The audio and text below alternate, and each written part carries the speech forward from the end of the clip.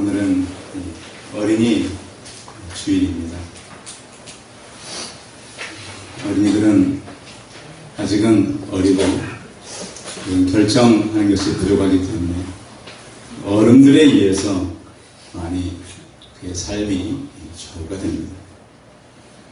예수님 당시에도 어머니들이 아이들을 이렇게 축복해달라고 안고 왔을 때 제자들은 그들을 막아서서 오지 못하게 하였습니다. 그런데 예수님께서는 아이들이 내게 오는 것을 용납하고 금하지 마라. 그리고 하나님 나라가 이런 자의 것이니라 이렇게 말씀하십니다. 어린 나이와 같이 받들지 않는 자는 결단코 그곳에 들어가지 못하리라. 여기 받든다라는 말은 받아들인다는 말입니다.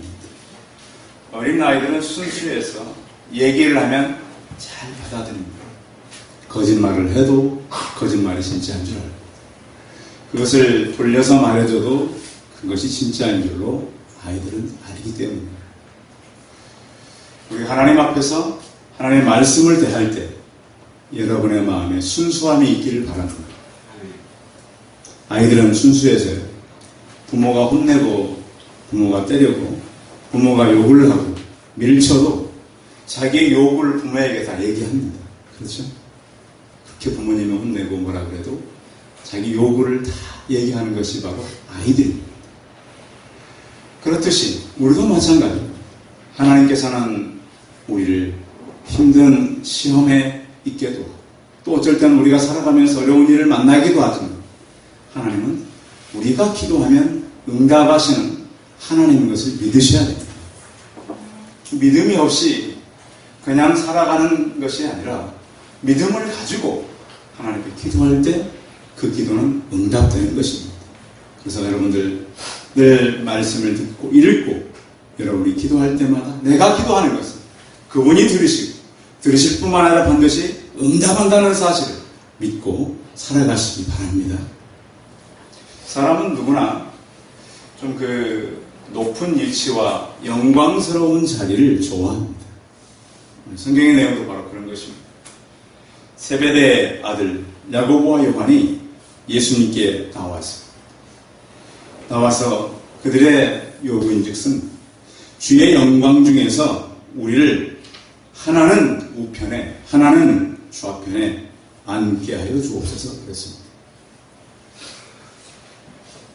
예수님은 이 땅에 오실 때 종으로 섬기러 오셨습니다.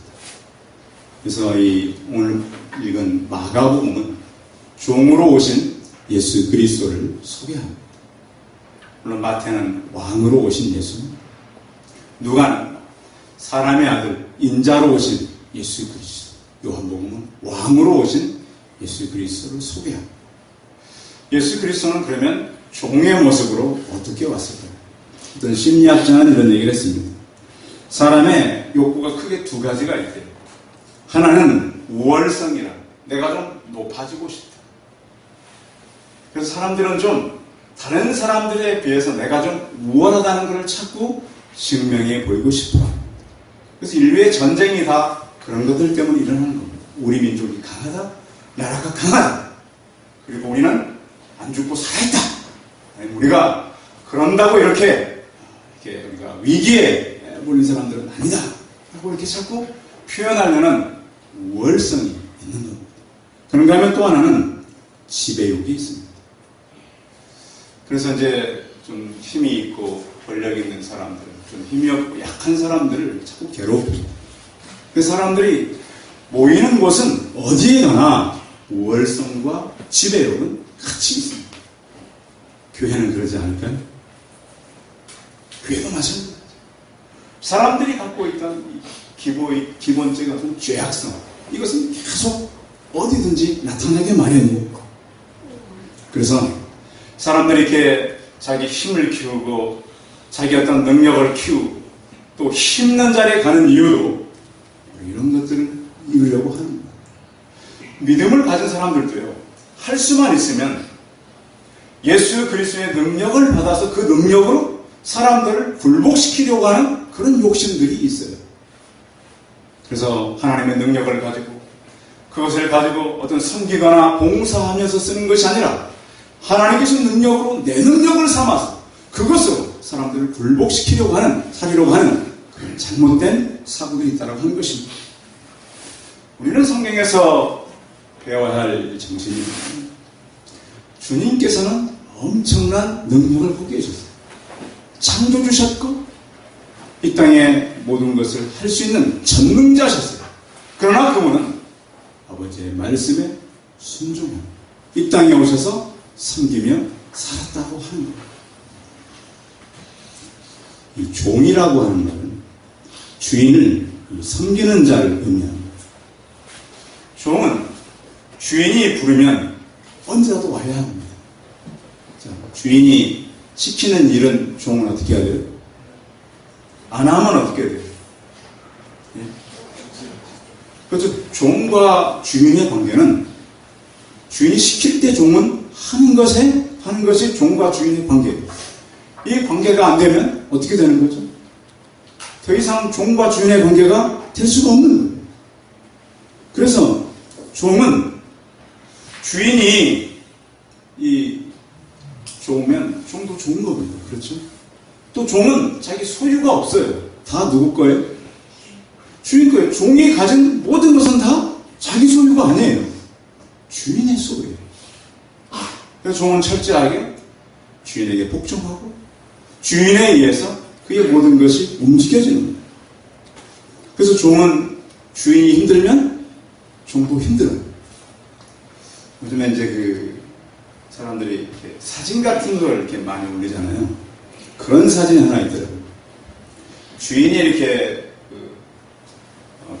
어떤 대합실 같아요. 이렇게 큰 이런 사람들이 왕래하는 곳인데 주인이 이렇게 손을 펴고 이렇게 엎드려 있으니까 강아지도 같이 이렇게 엎드려 있어요. 그것을 보고 야 진짜 저 강아지는 충성된 강아지. 아마 그 모습 보고 사람들이 좀 많이 줬을 것 같아요. 그러니까 우리의 자세는 예수 그리스도의 모습에 철저하게 닮아가야 됩니다. 그런데 우리가 예수 그리스도는 섬기는 모습으로 왔지만 우리는 또 누구를 섬기는 자들이에요? 예수 그리스도를 섬기는 사람들이에요. 그런데 종은 누구를 잘 알아야 돼요? 주인을 잘 알아야 돼요. 여러분 예수 그리스도를 잘 아십니까? 안다라고 하는 것은 여러 의미가 있어요.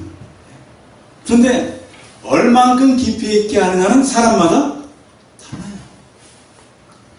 어느 교회에서 이런 일이 있었어요. 특별 집회를 해가지고 저희처럼 이렇게 특별한 집회 때 강사를 불렀습니다. 강사가 오셨으니 이제 음식을 대접해야 되니까 그 주변에 좀 비싼 데로 이렇게 모시고 갔어요. 좀 비싼 거. 근데 강사가 가서 이렇게 대접을 받는데 전혀 자기와는 맞지 않는 비싼 음식을 대접하는. 이 강사는 이제 이거 음식 먹고 가서 이제 그날 집회 인도해야 되는데. 근데 주변을 보니까 대접하는 그분들은 맛있게 드시더래요.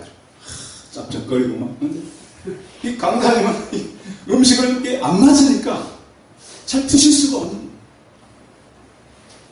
좀 무슨 얘기 같지만 우리가 예수님을 섬길 때 그럴 수 있다는 거예요. 그냥 내 좋은 대로 섬기는 거예요. 내 하고 싶은 대로 하는 거예요. 내가 막 원하는 대로 하는 거예요. 이것은 주인을 잘 아는 것이야. 그래서 누구를 섬기기 위해서 그 사정을 잘 저의 역할이 바로 그런 거예요.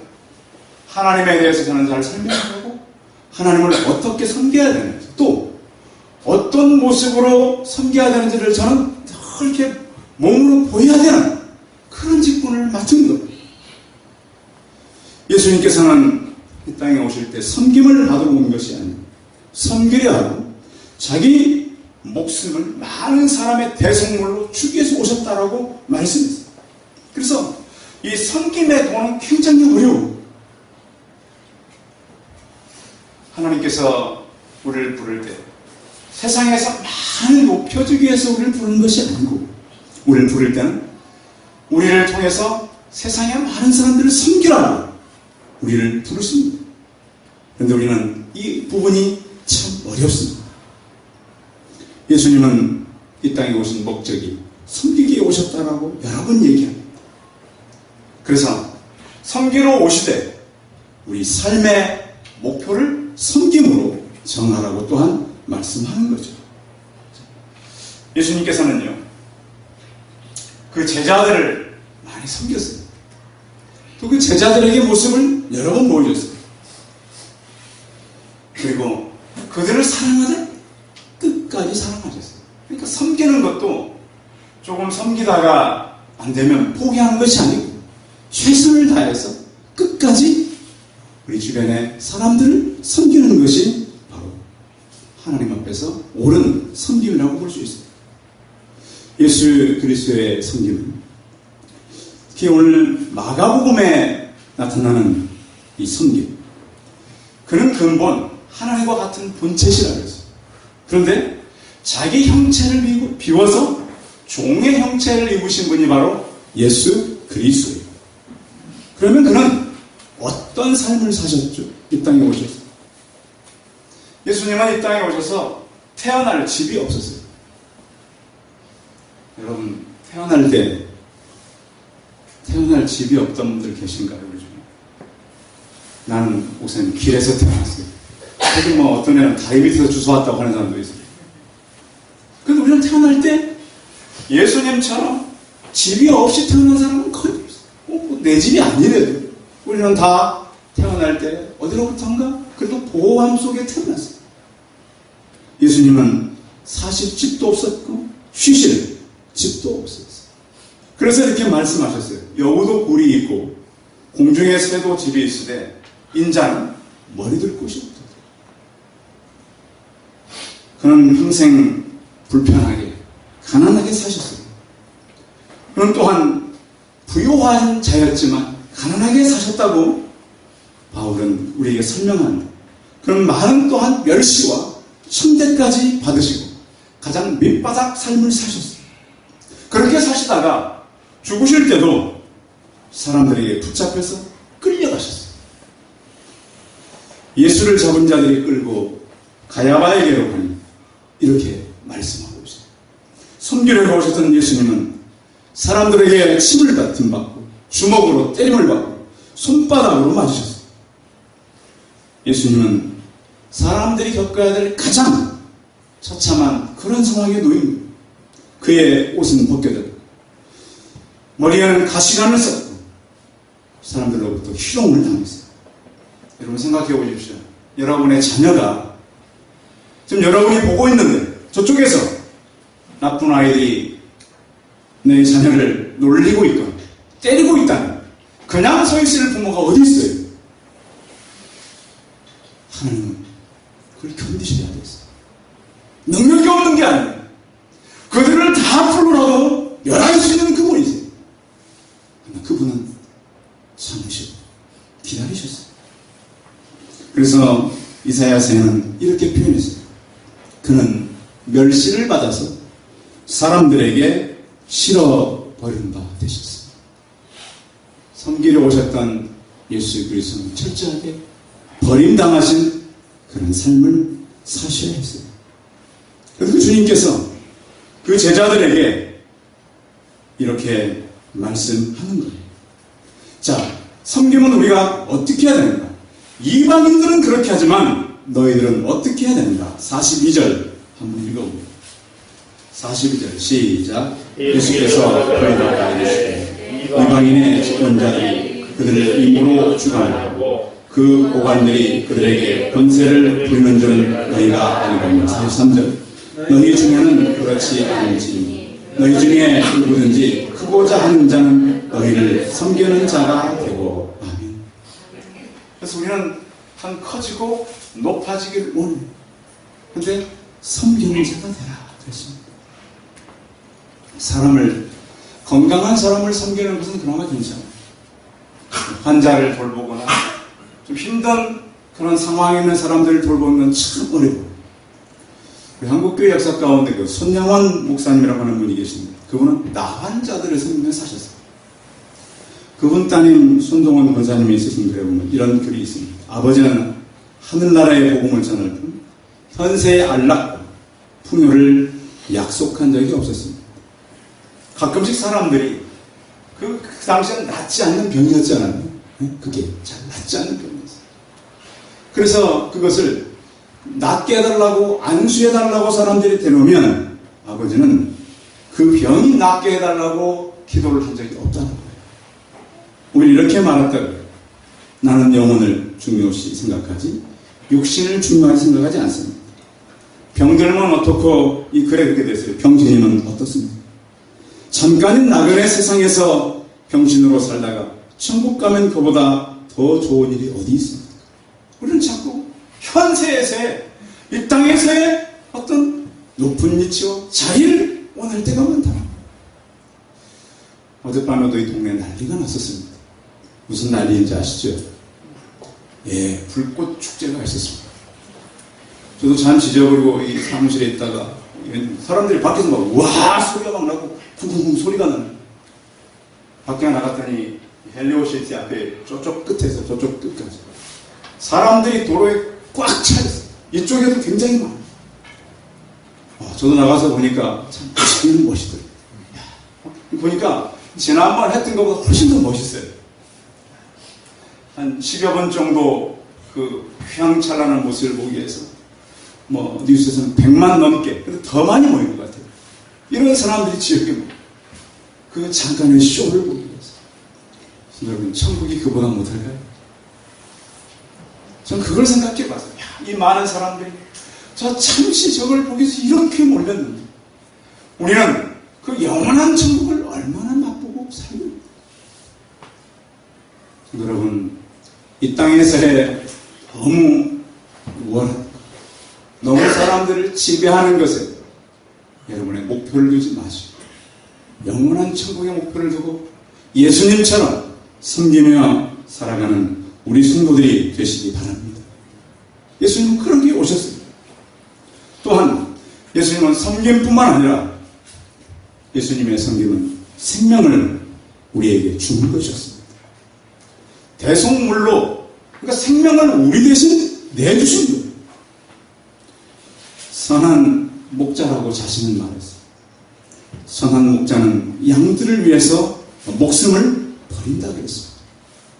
사람이 친구를 위하여 자기 목숨을 버리면 이에서 더 큰 사랑이 없다라고 했습니다. 이 친구는 바로 자신을 말씀합니다. 예수께서 생명을 죄인된 우리를 위해서 내어주셨습니다.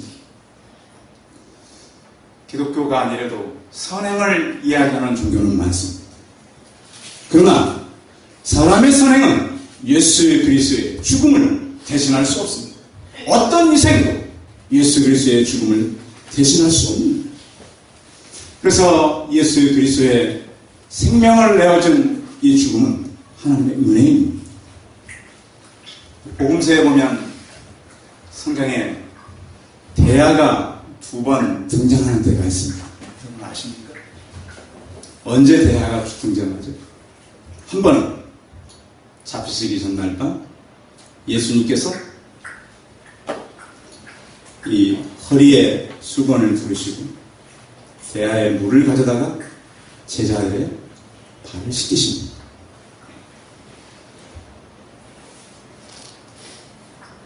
이 모습은 다른 사람의 발을 씻으려면 무릎을 꿇어야 될 것입니다. 그렇죠? 서서 발을 씻을 수는 없습니다. 예수님께서 제자들에게 십자가를 지기 전 마지막 섬김이 바로 그 제자들의 발을 씻는 거였어요. 그 다음날 또한 대하가 등장하는데 빌라도의 대하. 빌라도는 많은 사람들 앞에서 대하에 물을 가져다가 이렇게 말합니다. 이 사람들의 피하에 대해서 나는 무죄하다. 본인의 위치에서 명령할 수 있는 자리였습니다. 그러나 그는 자기의 책임을 지지 않으려고 하는 이기심에 또 방관에 그런 대화였습니다. 하루 차이지만 시간 차이로는 몇 시간 안 나요. 밤과 아침이었습니다. 성도 여러분, 우리는 어떤 모습으로 이 땅을 살아가기로 원합니까? 빌라도처럼 내 책임 아니야. 다 네 책임이야. 너 잘못이야. 이렇게 할 것입니까? 아니면 제자들에게 다가가서 그의 발을 씻는 그런 모습으로 우리 인생을 살아갈 것입니다.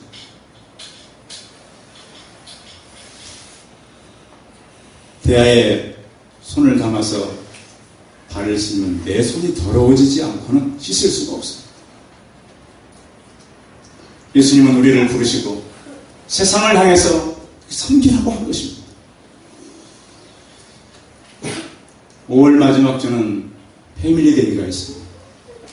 성도 여러분, 패밀리데이의 정신은 이웃을 섬기자는 데 있습니다. 어느 정도로 섬겨야 할까요? 단순하게 우리가 교회에서 사람들에게 봉사하고 사람들을 위해서 또 교회가 할 수 있는 프로그램을 좀 하고 그것이 아니라 허리를 숙여서 그들의 발을 씻는 그런 섬김 우리 안에도 있기를 바랍니다. 요한복음 12장에 보면 예수님이 떠나시기 전 옥합을 깨뜨려서 예수님의 발을 씻으셨던 여인의 모습이 소개됩니다. 제자들은 허비한다고 생각했습니다. 사람들은 그렇습니다. 지금 당신은 허비하는 것 아닙니까? 지금 뭐 하는 겁니까? 예수님 왜 그 여인을 나무라지 않습니까? 가만둬. 예수님은 그의 마지막을 가고 계셨습니다. 오늘 이 예수 그리스도의 제자들을 향한 섬김의 그 말씀 이후에는 소경 바디메오가 소개되고 있습니다. 왜 성경은 이 사건 이후에 바디메오의 사건을 기록해 놓았을까요? 눈을 뜨고 보라는 겁니다. 성도 여러분, 여러분의 영안이 열려서 예수 그리스도가 하시는 일이 보여지기를 바랍니다. 예수님은 그냥이 아니라 눈만 우리가 눈을 뜨고 하나님이 하신 일을 보고 세상을 섬기라고 말씀하고 있습니다. 교회가 하나님께서 맡긴 일들을 잘 감당해야 될 일들이 참 많습니다. 물론 교회는 여러 모습으로 세상을 섬길 수 있습니다. 지난주에도 보니까 노량진에 가면은 거기 보면 이제 공부하는 공무원 시험을 준비하는 사람들을 공시생이라 그럽니다. 공시생. 요즘 말을 줄여서 하니까 거기 한 교회가 있는데 아침마다 250명의 식사를 준비해서 봉사한 교회가 있더라고요. 그래서 기자가 찾아갔습니다. 신문 기자가. 아니, 아침마다 어떻게 그렇게 많은 사람을 섬깁니까? 근데 또 거기에 와서는 밥만 먹고 가는 거예요. 교회가 다른 얘기를 안 해요. 그래서 물어본 거예요. 이렇게 하면 어떻게 사람들이 나와서 봉사를 하며 이 재정을 어떻게 감당합니까? 물어보니까 거기서 그렇게 얘기했다. 참 놀라운 것은 이렇게 우리가 대접을 하는데 여기서 이 밥을 먹고 고시를 패스하거나 공무원이 되면 훨씬 더 많은 금액을 헌금을 한대요. 그 밥을 먹은 사람들. 한 번은 이런 일도 있었어요. 어떤 한 공시생이 너무 많은 밥을 퍼가더래요. 그래서 이제 퍼주는 분이 체할까봐 그렇게 많이 먹고 체하면 어떡하냐고 물어봤더니 그 공시생이 그러는 거예요. 나는 이 밥이 오늘 하루 동안 이 밥밖에 없습니다. 밥 먹을 돈도 없는 거예요. 그러니까 지금 우리는 참 여유 있다고 그러지만 진짜 없는 사람은 얘기를 못하는 거예요. 그래도 말할 수 있는 사람은 말할 용기라도 있는 사람들이에요. 진짜 어렵고 힘든 사람들은 어렵다는 얘기를 못하는 거예요. 어떻게 보면 그런 것이 우리가 세상을 섬기는 모습이 아니겠습니까? 주님께서는 이 땅에 오셔서 어린아이들, 특히 요즘 어린아이들이 참 그 어려운 때를 살아갑니다. 그들 아이들 세계를 물어보면 어른들이 경험치 못하는 많은 일들이 있습니다. 또 다른 세계입니다. 청소년들, 청년들이 힘든 세계를 살아갑니다. 청년들이 3포 세대, 5포 세대, 7포 세대 하다가 지금은 다포 세대, 다 포기했다. 부모보다 더 가난한 세대가 지금 이 세대라고 하지 않습니까? 어떻게 이런 세대를 살아낼 수 있는가? 예수님은 이 땅에 오셔서 어린아이들, 또 죄인들, 사람들로부터 인정받지 못하는 사람들과 같이 사셨습니다. 물론 우리가 그 모든 걸 다 할 수는 없습니다. 우리는 좀 더 낮은 자리로 가서 그들을 섬기는 것이 바로 예수님께서 어린아이들을 내 경험을 용납하고 금하지 말라고 한 그런 말씀을 뿐만 아니라 또 이따 그렇게 살다 예수 그리스도를 모르고 살아간다면 그들의 삶이 얼마나 비참하겠어요. 우리는 다시 교회가 눈을 열고 책임 회피의 대화가 아니라 마지막까지 그 제자들의 발을 씻겼던 예수 그리스도의 대화를 품고 우리 손이 좀 물에 젖고 우리가 좀 더러워진다 할지라도 이 땅에 죽어가는 사람들을 섬기고 나로 인해서 하나님의 돌아오는 패밀리데이, 또 여러분의 가정, 직장, 여러분의 삶의 공간들이 되기를 주의 이름으로 축원드립니다. 기도하겠습니다. 살아계신 주님, 낮고 천한 이곳에 오셔서 모든 것 버리고 그냥 비참 사람들에게 맞으며 돌아가셨습니다. 하나님은 그걸 볼 수 없어서 하늘을 가르쳤습니다.